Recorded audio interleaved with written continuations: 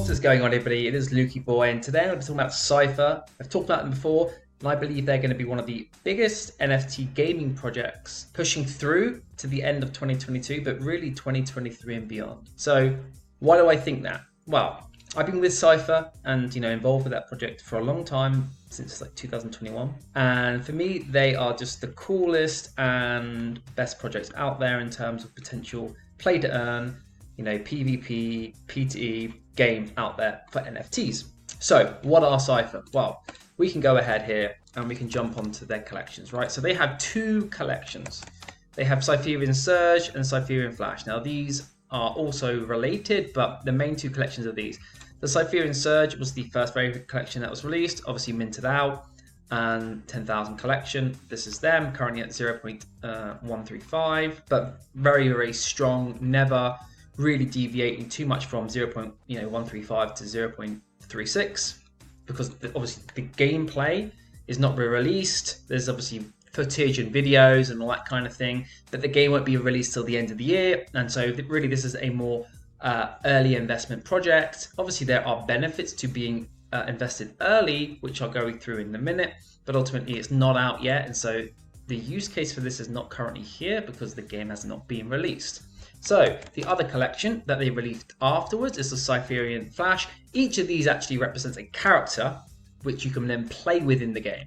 So each character, in terms of the Sipher Flash, as well as different sub-races that are actually within each collection, will have a slightly different gameplay feel, characteristics, different things, different strengths and weaknesses. So it will all have an actual impact within the game. And so something they've released recently, which is really nice, is the loot boxes. So, in terms of why do you want to be invested in these for the long term? Well, I've also got airdrops of their tokens, by being a holder. I've also got spaceship loot in terms of these boxes.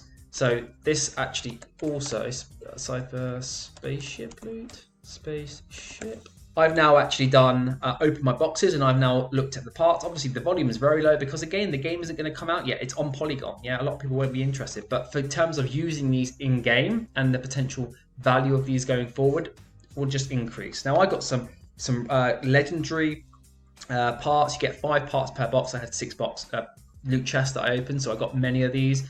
And you basically will use these to connect up your ship, and you'll be able to fly around the Sipher world or the metaverse, right? And so jumping over to here, you can see here I've got some tokens that I can claim, but I'm waiting to actually claim those.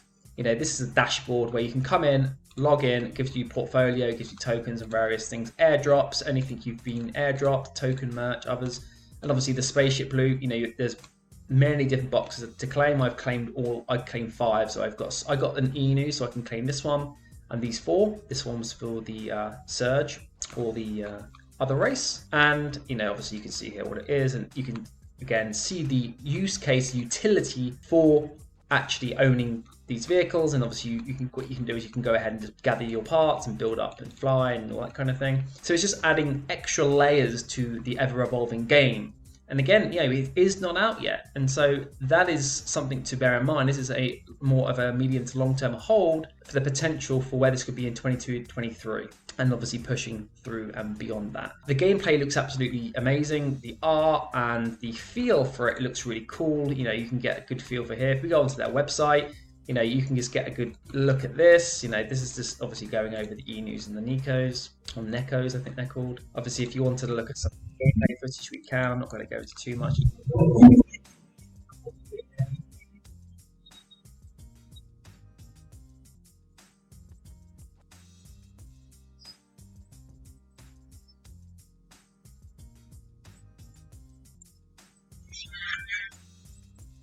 You get a feel for it, but what you can see here, Genesis collections, they get weekly comic book series or bi-weekly release. They've already started releasing that. Early game access. There's obviously things to do with like getting white lists for other collections. So they've already got 2 collections, the Nikos and the Inus, and they're bringing out more. And again, with those new races, there will be different utility for in-game, different strengths and weaknesses. Just like when you play a game, you might choose a necromancer or a warrior or something. Very similar to that. And you can build up a team of 3, and then with that 3 you can go into the world, and you can obviously earn and collect and trade and breed and build and sell and all that kind of thing. They are adding quite an in-depth metaverse play to this, because if you go up to here, where is it? If you go to the world of Sipher, obviously there's a lot of lore behind it, the world, there's gameplay, factions, blockchain. Not looking too much into that. But what we want to look at is, let's see, about us maybe. So what we want to jump over to, so many different tabs here, it's very, very annoying. Here we go. So this is the roadmap. This is what I was looking for. So this is where we are now, here. And so this is all the things they've been bringing out. So what ultimately is going to be coming soon is loyalty programs. So stuff to do with, the more that you hold, the more rewards you get. They're going to release the Biru collection. Again, this is good because the last 2 minutes have done very well. And this is going to add extra liquidity for the project.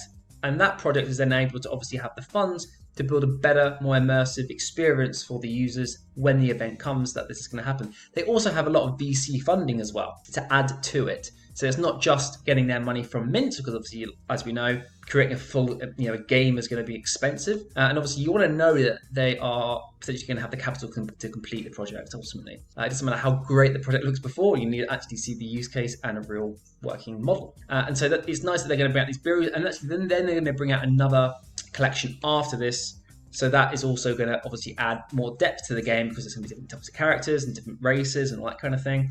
And it's just going to work really well. Now then you're going to get stuff like the launch of the PvE map, and obviously more comic sit books. So they're slowly going to be releasing gameplay, although it won't be the full game. And then we're going to move to October to December, see 2022. So really until 2023, you're not going to get the full works. You can see here, they are going to bring out the official game and more comics. And then here's really where obviously everything kicks into play, right? Tournaments, arenas, the full metaverse, like launch of the Sipher world, a persistent online sandbox style game mode. That's really what we want. Land. So they're basically going to create it so it's a fully working metaverse. You can talk to people, you can go to certain common areas, you can go into your ship, you can fly to different places, different planets, you can have land, you can do trading, you can mine resources, you can breed your NFTs or your different races in a lab, and then those NFTs can turn into obviously other NFTs. So for example, you breed, you get an NFT. It's obviously not going to be the same generation like a Genesis, but it will be then used to sell into the market so that people can then buy it for a cheaper amount than obviously buying a Genesis one, and then they can play the game, because you need a character to play the game, right? And so that's what you obviously have to bear in mind. And so by adding that breeding process, what does that do? That allows for potential mass adoption. So the more that you breed, obviously it's going to dilute the value, because there'll be more in circulation or more of that type. But that's okay, because you need people to be able to get their foot in the door. So that's me. Imagine that those breeds that eventually come, let's say it's 6th generation, 8th generation, the value of those is $10, $20. So people are, not only is the creator getting income from that, or potential NFTs that they can sell, but that also allows people to enter the door, to play the game, to potentially play to earn for a smaller value, rather than paying hundreds and hundreds and hundreds of dollars, almost to the point where you're paying to play the game the same amount that you would pay to buy a game in real life. If you go to the store, you go to Steam, you go to whatever store you want to buy a game in, let's say you're paying between $30 or £30 and $50, £50. So that is normally, the cost of entry for most games, right? Yeah, there are some free games, and ultimately that's fair enough, but this is going to have a lot of free stuff that will come with it, where most games in real life now, you buy the game and that's that.